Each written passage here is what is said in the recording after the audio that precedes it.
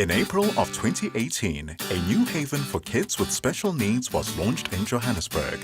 Welcome to the world of Play Africa, a celebration of difference. All of us at Autism South Africa think that it is such a missing gap in the market where our families are judged in public settings, and this just creates such a wonderful opportunity for parents and families to come and be a part of a society where there's no judgment. We really started thinking, what could we do as a publicly accessible space that would bring together families? Play Africa is a play-based learning space at Constitution Hill. This first-of-its-kind investment for children with autism was revealed at the Gateway School in Ramsach, with a VIP guest to cut the ribbon.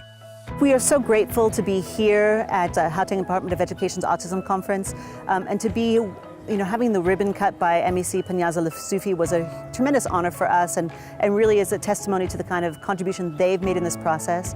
I really want to thank Play Africa and the investment that they've made, the role that they're taking to every school in our province. We realized that actually our parents needed a little bit more support, a little bit more encouragement. When I was speaking with a woman who had an 11-year-old son, and she said, over the last 11 years, I've lived a life of isolation. She said, he'd been asked to leave family restaurants. He'd been asked to leave shopping centers and grocery stores. Mine is hyperactive, and they start screaming, doing this stuff. And some people will say, hey, why are you just leaving the kid like this? People react differently because they don't understand why they are behaving the way they are behaving. Obviously, they think that there's something wrong with your child's crazy. And sometimes they look at you like, oh, what's going on with this kid?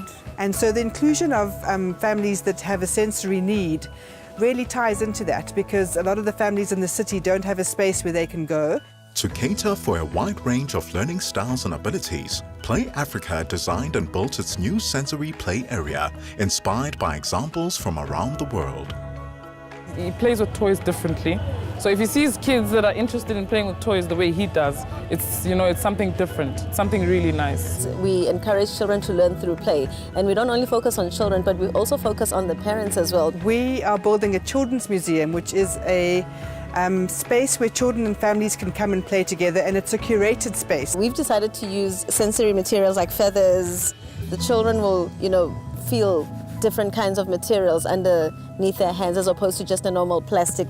I'm glad that Play Africa came on board and said, we want to be part of this. We want to make a difference. Play Africa, a non-profit organization, is able to innovatively create these kinds of spaces purely from donations, from those who share their belief that every child deserves the right to play. Our real hope is that we're going to be seeing families from Soweto, families from Sandton, from Alexandra, from Houghton, from Diepsloot to Dainfern, all together in the shared environment on these special family days where they can just have fun together and have some nice quality time, where the parents can sit down and watch their child play in a safe environment that we call a judgment-free zone. We really need to thank our donor, RMB. We're just really so thrilled to kind of share a vision with RMB in terms of how we can think creatively and innovate to create greater opportunity for children with disabilities in our society.